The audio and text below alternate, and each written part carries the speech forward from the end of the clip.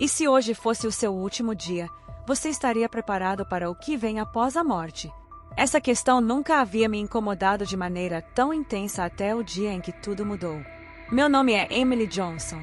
Tenho 19 anos e nasci em Helsinki, na Finlândia, uma cidade fria por fora, mas com muitos corações aquecidos por algo que nem sabem como nomear. Cresci em uma família cristã. Meus pais são missionários, e desde pequena fui ensinada a amar a Deus, frequentar a igreja e, acima de tudo, a cantar. Cantar sempre foi a minha maneira de me expressar, meu alívio, e por muito tempo, eu achei que essa fosse também minha forma principal de adorar. Desde os 12 anos, eu liderava os louvores nos cultos da juventude. Sentia-me viva quando estava no palco, diante da congregação, com os olhos fechados, os braços erguidos e a música reverberando ao fundo. Quanto mais emoção eu via nas pessoas, mais eu acreditava que Deus estava ali, presente. As lágrimas, os gritos de louvor, as mãos levantadas, tudo isso alimentava meu coração. No entanto, havia algo que eu evitava enfrentar. Muitas vezes, quando o culto terminava, um vazio me consumia, um silêncio desconfortável que nenhuma canção conseguia preencher. E secretamente, eu me perguntava: por que essa presença tão intensa se vai tão rapidamente? Na frente de todos, eu era a Emily cheia de fé, mas por dentro, minha vida espiritual era construída sobre emoções. Eu medi minha conexão com Deus pela intensidade da música, pela beleza das melodias e pelas palavras emocionantes das letras. Sem perceber, comecei a escolher as músicas não pelo conteúdo bíblico, mas pelo efeito que elas causavam nas pessoas. Canções que falavam mais sobre o que eu sentia, queria ou precisava, do que sobre quem Deus realmente é.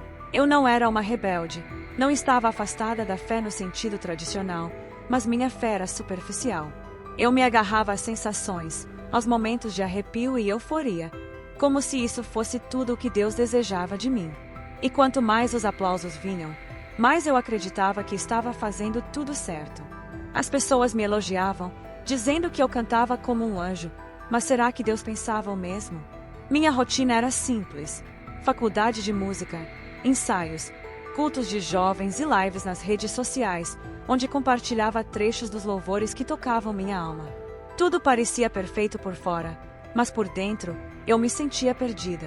Eu não sabia o que era silêncio diante de Deus, não sabia o que era adorar sem uma plateia, sem likes ou palmas. Comecei a ter sonhos estranhos. Em um deles, eu cantava em um grande palco, mas o público estava de costas. Eu gritava, chorava, implorava para que alguém me ouvisse, mas ninguém se virava. Acordei suando frio, com a sensação de estar invisível. Em outro sonho, eu vi uma igreja linda, cheia de luzes e cores, mas no centro do altar havia apenas um espelho, e cada pessoa que entrava só conseguia olhar para si mesma. Acordei chorando, mas nada disso me preparou para o que viria a seguir, o momento em que minha alma foi arrancada da rotina segura e ilusória que eu havia construído, e eu vi com meus próprios olhos o que acontece quando se canta para os homens e não para Deus.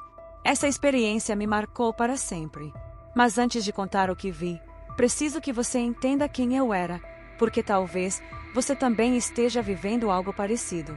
Foi numa tarde comum de outono, daquelas em que o céu parece mais baixo e as folhas caem com tons melancólicos, que eu terminei de cantar em um pequeno culto universitário. A sensação era de missão cumprida. As pessoas estavam emocionadas, algumas chorando, outras com os olhos fechados em um silêncio profundo. Recebi mais uma enxurrada de elogios, abraços e palavras que exaltavam o quanto minha voz tocava o céu. Sorrindo, agradeci e voltei para casa com o coração cheio, mas ainda assim, silenciosamente vazio. Naquela noite, decidi caminhar até o parque. O vento estava cortante, mas algo me empurrava para sair.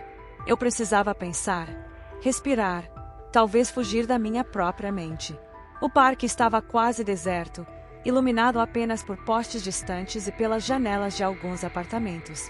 Caminhei por um tempo, ouvindo louvores nos fones de ouvido. E foi quando tudo escureceu. Não houve aviso, nem dor, nem sinal. Apenas um impacto, uma confusão repentina, e o chão se aproximando com velocidade. Um carro, disseram depois. O motorista estava distraído, mexendo no celular. Mas naquele momento, eu não sabia o que estava acontecendo, apenas sentia meu corpo sendo arremessado, meu peito esmagado, e o som dos meus próprios ossos quebrando. O tempo parou, literalmente. Era como se o mundo tivesse sido colocado no mudo e todos os sons desaparecessem. Não havia gritos, não havia barulho, apenas uma pressão absurda no peito, como se meu coração estivesse sendo esmagado de dentro para fora. E então o silêncio. A dor sumiu. E com ela, a gravidade. Eu estava leve, muito leve. Abri os olhos e não reconheci nada. Era como estar em dois lugares ao mesmo tempo. Eu via a rua, via meu corpo caído no asfalto, os fones ainda pendurados no meu pescoço, a perna em um ângulo impossível. Vi o motorista desesperado saindo do carro, com as mãos na cabeça, gritando algo incompreensível. Mas o mais assustador não foi ver meu corpo. Foi perceber que eu não sentia medo, não sentia pavor, nem angústia. Havia uma paz tão profunda que doía, como se todos os sentimentos humanos tivessem sido retirados de mim. Eu não sentia frio, não sentia o vento, nem o peso da dúvida. Só uma certeza: eu não estava mais viva. O que me chocou foi o quão natural tudo parecia, como se morrer fosse apenas atravessar uma porta invisível. E o mais estranho foi como minha mente continuou ativa. Eu ainda pensava, ainda refletia, ainda queria entender o que estava acontecendo. Vi as luzes vermelhas da ambulância chegando, vi os paramédicos ajoelhando ao lado do meu corpo. Um deles segurou meu pulso, olhou para o colega e balançou a cabeça. Meu corpo não reagia, mas eu estava ali, assistindo tudo. Senti como se alguém tivesse puxado o ar de dentro de mim. Uma força sutil, mas irresistível, começou a me afastar do chão. Eu não estava voando, não literalmente. Era mais como ser carregada. E à medida que me elevava, as luzes, os sons, as formas começaram a se dissolver. Nada fazia mais sentido. O que importava até aquele momento? A roupa que eu usava, o ensaio da faculdade, os compromissos do dia seguinte. Tudo parecia tão pequeno. Foi então que veio a pergunta, não de fora, mas de dentro. Uma voz silenciosa, clara, que parecia surgir do mais profundo do meu ser. E se eu nunca mais voltasse? E se aquele fosse o meu último culto, o último louvor, o último dia? Ali, flutuando entre dois mundos, percebi algo que me arrepiou. Por mais que eu tivesse cantado sobre Jesus durante anos, eu não sabia se estava realmente pronta para encontrá-lo. Esse foi o começo de tudo, mas o que veio depois foi o que verdadeiramente transformou minha vida. Eu não sei quanto tempo passou. Não havia relógios, nem céu, nem chão. Apenas um espaço sem forma, mas repleto de uma presença invisível, uma espécie de breu suave onde o tempo parecia não existir. E a alma estava nua, sem escudos, sem máscaras, sem as distrações que usamos para fingir que tudo está bem. Enquanto flutuava naquele silêncio eterno, comecei a sentir algo diferente.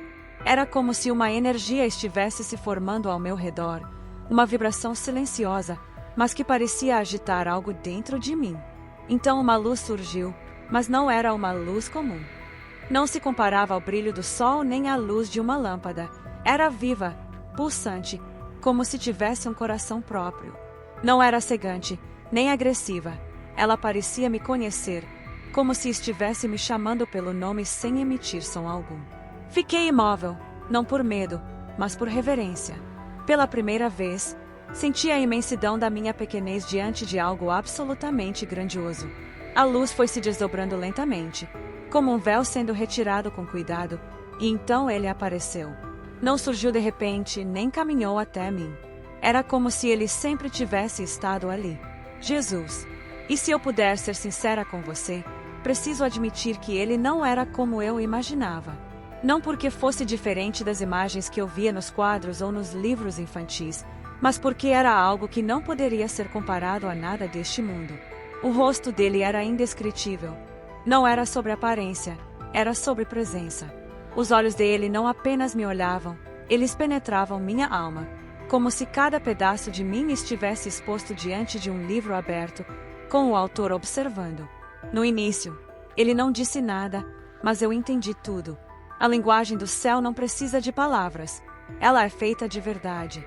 E ali na presença de Jesus, não havia espaço para justificativas, nem para encenações, nem para as máscaras que eu usei durante tantos anos dentro da igreja. Ele se aproximou de mim, e a cada passo, a luz ao seu redor se intensificava, mas não causava dor. Era como se tudo o que havia de impuro em mim fosse sendo revelado, não com acusação, mas com uma clareza pura. Quando ele parou diante de mim, houve silêncio, um silêncio profundo, mas carregado de algo poderoso, um silêncio que falava mais alto que qualquer palavra. Então ele disse: "Você canta bem", e completou: "Mas para quem?" A pergunta veio como um golpe. Quis responder, tentar justificar as lágrimas derramadas, os cultos, as mãos erguidas. Mas nenhuma palavra saiu. Porque no fundo, eu sempre soubera. Cantei tantas vezes para mim mesma, para os outros, para os aplausos, para o conforto emocional, mas poucas vezes eu cantei para ele. Jesus continuou a me olhar, e nos olhos dele vi algo que me dilacerou, uma tristeza profunda. Não era raiva, mas lamento, como quem ama intensamente e se decepciona, não com o erro, mas com a distância criada por ele. Esses louvores falam sobre você, sobre o que você sente, o que você vive, o que você precisa. Ele disse: "Mas onde eu estou neles? Onde está o arrependimento? Onde está a rendição? Onde está o quebrantamento?" Cada palavra parecia um trovão dentro de mim. Lembrei de tantas letras que cantei. Palavras como minha vitória, meu tempo, minha conquista. E cada uma delas começava com o meu. E naquele momento, Jesus me mostrou algo, não com palavras, mas com uma visão. Vi um culto repleto de pessoas cantando uma música que eu mesma já havia cantado inúmeras vezes. A letra era linda, a melodia emocionante, e todos estavam chorando, alguns se ajoelhando. Mas no mundo espiritual, aquele louvor não subia. Ele batia no teto e voltava. Porque era sobre eles, não sobre Deus. Meu peito apertou ao perceber. Como eu não percebi isso antes? Então Jesus me mostrou algo ainda mais impactante. Vi pessoas cantando e sendo tocadas, mas ao redor delas havia sombras que imitavam a adoração, alimentando-se da vaidade presente naquele momento. Era como se demônios se infiltrassem onde não há verdade, onde a adoração não é centrada em Deus, mas no homem. Meu coração queria gritar, eu queria pedir perdão, desaparecer, mas Jesus apenas colocou a mão sobre o meu ombro e disse: "Ainda estou te dando tempo." Essas palavras ecoaram em mim como um chamado, mas não era tudo. Havia mais. Então a luz ao redor de Jesus começou a pulsar ainda mais intensamente, como se o próprio céu estivesse prendendo a respiração. E foi ali, entre a eternidade e o arrependimento, que ele começou a falar. Não com um tom de julgamento, mas com uma autoridade pura, cheia de verdade, que cada palavra parecia acender uma chama dentro da minha alma, revelando partes de mim que eu nem sabia que existiam. Os lábios me louvam, mas o coração está longe, ele disse. A frase ressoou como um martelo batendo na pedra. Eu já tinha ouvido isso antes, estava na Bíblia, e eu mesma já havia cantado algo parecido. Mas naquele momento, aquelas palavras queimaram dentro de mim como nunca antes. Eu sabia que eram de Isaías. E de repente, as palavras de Mateus surgiram em minha mente como um sussurro sagrado. Este povo me honra com os lábios, mas o seu coração está distante de mim. Jesus olhou para mim com um amor que desarma, mas com uma firmeza que confronta. Adoração não é sobre som, é sobre essência. É quando você canta com o coração inclinado ao arrependimento, não há performance. Quando suas palavras não competem com sua vida, quando a beleza da música não tenta esconder a sujeira da alma. Meu peito doía, como se um espelho tivesse se quebrado dentro de mim. Vi toda a minha história ali. Quantas vezes eu escolhi a música mais bonita, a mais popular, a que mais tocava as pessoas, mas esquecia de perguntar: isso agrada a Deus? E então Jesus me mostrou algo não com cenas visuais, mas com um peso, um sentimento espiritual. Era como se eu pudesse sentir o que ele sentia quando um culto inteiro se transformava em um palco e a adoração se tornava vaidade.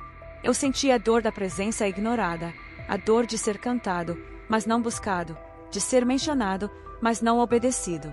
Jesus me disse: muitos louvam para encantar os homens, mas poucos adoram para atrair o céu.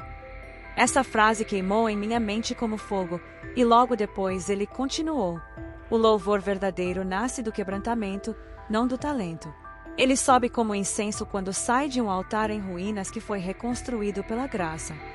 Naquele momento, percebi que não era apenas uma jovem iludida, mas um reflexo de toda uma geração que transformou a adoração em um espetáculo.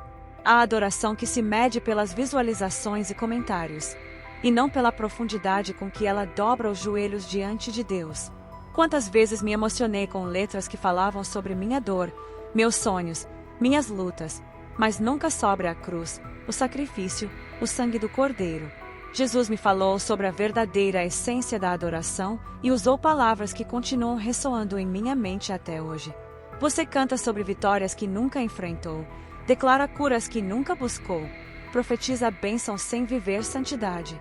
Canta sobre mim, mas seu coração deseja o palco. Ele disse. As palavras dele tocaram minha alma de maneira profunda. Eu chorei como nunca havia chorado antes, não por medo, mas por vergonha. Eu havia tocado tantas vidas com minha voz, mas poucas com a verdade. Havia gerado lágrimas nos outros, enquanto meu próprio coração permanecia endurecido. Então ele me mostrou algo mais, uma imagem da cruz. Simples, crua, cravada no meio de uma planície vazia. Sem música, sem luz, sem multidão. Apenas a cruz, e ao redor dela, apenas aqueles que sabiam o que era morrer para si mesmos. Jesus apontou para aquela imagem e disse: aqui começa a verdadeira adoração, no silêncio do arrependimento, no lugar onde a carne se cala e o espírito fala. Foi ali que tudo mudou. Minha mente se abriu não para um novo estilo de música, mas para um novo estilo de vida. Louvar não era mais cantar, era viver. Era abrir mão. Era voltar à cruz e cantar a partir dela, e não a partir do palco. Jesus terminou dizendo: adore em espírito e em verdade. Não cante para se sentir melhor. Cante porque eu sou digno, mesmo quando você não sente nada. Essas palavras quebraram algo dentro de mim, algo que eu nem sabia que precisava ser quebrado. Vi a raiz de tantas canções vazias, de tantos cultos cheios de alma e vazios de espírito. E entendi que o primeiro som que agrada a Deus não é uma nota perfeita, mas um coração rendido. Mas mesmo com tudo isso, ainda havia algo mais que ele precisava me mostrar, algo que traria o maior desafio da minha vida. Eu não queria voltar. Depois de tudo o que vi, tudo o que ouvi, tudo o que senti, voltar parecia um retrocesso. Estar na presença de Jesus foi como respirar pela primeira vez depois de anos submersa em águas rasas. Mas de repente, algo começou a me puxar, como se mãos invisíveis me agarrassem pelos ombros e me arrastassem de volta. Não era violento, mas era firme. Eu não tive escolha. Senti um estalo, como se minha alma tivesse sido comprimida em um corpo frágil demais para contê-la. Meus olhos se abriram lentamente, e a primeira coisa que vi foi um teto branco, manchado pelo tempo, com luzes fluorescentes piscando. Um zumbido tomava meus ouvidos, e as vozes ao redor pareciam abafadas, como se eu estivesse debaixo d'água. Eu estava em um hospital. A dor veio logo em seguida, não apenas física, mas emocional. Era como se o peso da realidade me esmagasse de uma vez. A primeira lágrima escorreu sem que eu percebesse. Eu não chorava de medo ou gratidão. Eu chorava de saudade, saudade de algo que eu acabará de conhecer, mas que parecia mais real do que tudo o que eu havia vivido até aquele momento. Os médicos falavam comigo, os enfermeiros sorriam aliviados e meus pais choravam ao meu lado, dizendo que eu havia sobrevivido a um atropelamento que poderia ter me matado na hora. Mas eu sabia, eu havia morrido. Eu havia saído do meu corpo. Eu tinha estado com Jesus. Os dias seguintes foram os mais confusos da minha vida. Enquanto meu corpo se recuperava, minha mente mergulhava em uma batalha que eu não sabia como vencer. Como você explica para alguém que conheceu a eternidade por dentro? Como traduzir o olhar de Jesus em palavras humanas? Como colocar em frases simples aquilo que nem mesmo o seu coração entende direito? Tentei contar para minha mãe. Ela segurou minha mão, me ouviu com carinho, mas seus olhos mostravam algo que me assustou. Dúvida. Ela disse que eu estava fraca, que talvez tivesse sonhado, que era comum ter alucinações após um trauma. Eu insisti. Contei os detalhes. da luz, da pergunta de Jesus, da visão dos louvores que não subiam. Ela ficou em silêncio, e depois, apenas disse: "Descansa, filha, foi só um susto." Mas não foi, e eu sabia disso. Com meu pai, foi ainda pior. Ele me olhou com seriedade e disse que talvez fosse melhor guardar isso para mim, que as pessoas poderiam não entender e que às vezes Deus fala de maneira pessoal, mas nem tudo precisa ser compartilhado. Fiquei dias sem dormir, sentindo como se carregasse uma bomba dentro do peito. Eu não podia esquecer o que vi, o que ouvi, o que senti. Era impossível continuar vivendo como antes, mas ao mesmo tempo, ninguém parecia acreditar. Ninguém conseguia me ouvir sem filtrar minhas palavras com doutrina, lógica ou até medo. Voltei à igreja algumas semanas depois, ainda mancando, com o corpo dolorido e o coração devastado. Durante o culto, tocaram uma das músicas que Jesus me havia mostrado. Eu conhecia cada palavra, e quando as pessoas começaram a se emocionar, algo dentro de mim travou. Não consegui cantar. Minhas mãos ficaram geladas, e meus olhos se encheram de lágrimas, não de emoção, mas de angústia. Eu sabia exatamente o que estava acontecendo ali e o que o céu via naquele momento. Pela primeira vez, me senti uma estranha em um ambiente que sempre foi meu lar. As pessoas me abraçaram, perguntaram se eu estava bem, se era um milagre, dizendo que Deus tinha planos para a minha vida. Eu queria gritar: "Sim, Ele tem, mas vocês não estão ouvindo." Tentei compartilhar meu testemunho em uma célula pequena. Alguns me ouviram com atenção, outros desviaram o olhar. Um rapaz disse: "Legal, mas isso é meio místico. Temos que ter cuidado." Essa palavra, cuidado, ficou martelando na minha mente. Era como se o mundo ao meu redor estivesse anestesiado, vivendo em uma bolha de religiosidade confortável, onde Jesus só age do jeito que eles esperam, e tudo o que sai desse padrão é ignorado, desacreditado ou combatido. Passei dias em silêncio, não porque queria esconder algo, mas porque percebi que o mundo não estava pronto para ouvir. Contudo, algo começou a crescer dentro de mim, uma urgência, uma necessidade de romper com o medo. Mesmo com a rejeição, a dúvida e a solidão espiritual, a voz de Jesus ainda ressoava em meu coração: "Eu ainda estou te dando tempo." Era esse tempo que eu não poderia desperdiçar, porque o que ele me mostrou ainda não havia acabado. Nunca mais fui a mesma após aquele encontro com Jesus. Algo dentro de mim morreu para que algo muito mais vivo pudesse nascer. Era como se minha antiga identidade tivesse sido retirada camada por camada, até restar apenas o que ele via. E o que ele via não era bonito, era imperfeito, vaidoso, carente de aprovação humana.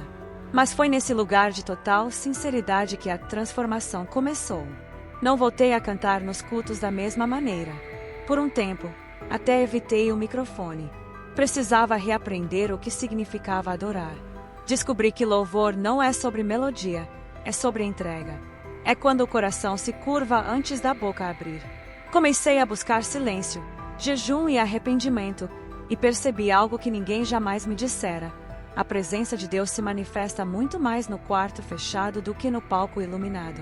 Passei a reescrever canções, agora focadas não no que eu sentia, mas no que Ele é, louvores baseados em verdades bíblicas, promessas eternas e arrependimento genuíno.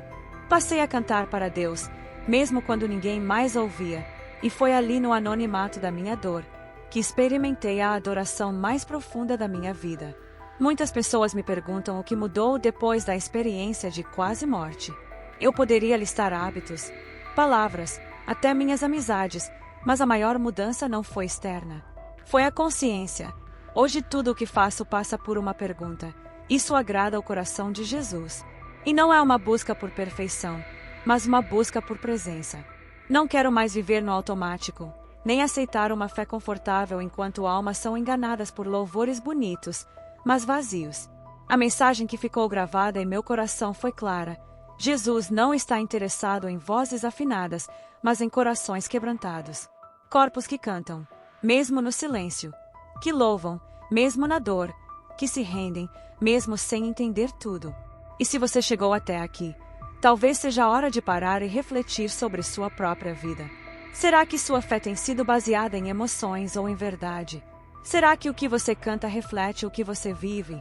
Em João 4, versículo 23, Jesus diz: A hora vem, e agora é, em que os verdadeiros adoradores adorarão o Pai em espírito e em verdade, pois o Pai procura tais que assim o adorem. Foi esse versículo que queimou em meu peito quando Jesus me mostrou o que ele vê durante os cultos. Ele procura adoradores, não artistas, não intérpretes, mas filhos que se rendem. E essa é a boa notícia. Ainda há tempo. Se você sente que sua fé esfriou, que seu louvor virou rotina, que sua voz soa, mas seu coração se cala, Jesus está te dando uma nova chance, assim como fez comigo. Hoje meu compromisso não é mais com a aprovação das pessoas, mas com a verdade que me libertou. Eu estive diante de Jesus e sei o quanto ele deseja ser o centro novamente. Mas essa história não termina aqui. Quando Jesus toca alguém de verdade, ele começa a escrever algo novo, não só na vida dessa pessoa, mas também na daqueles que ouvem o chamado. Talvez o que aconteceu comigo seja apenas uma parte de algo muito maior que está sendo revelado. Muito obrigada por assistir até aqui. Não se esqueça de se inscrever no canal e ativar as notificações para não perder nenhum testemunho. Nos vemos no próximo vídeo.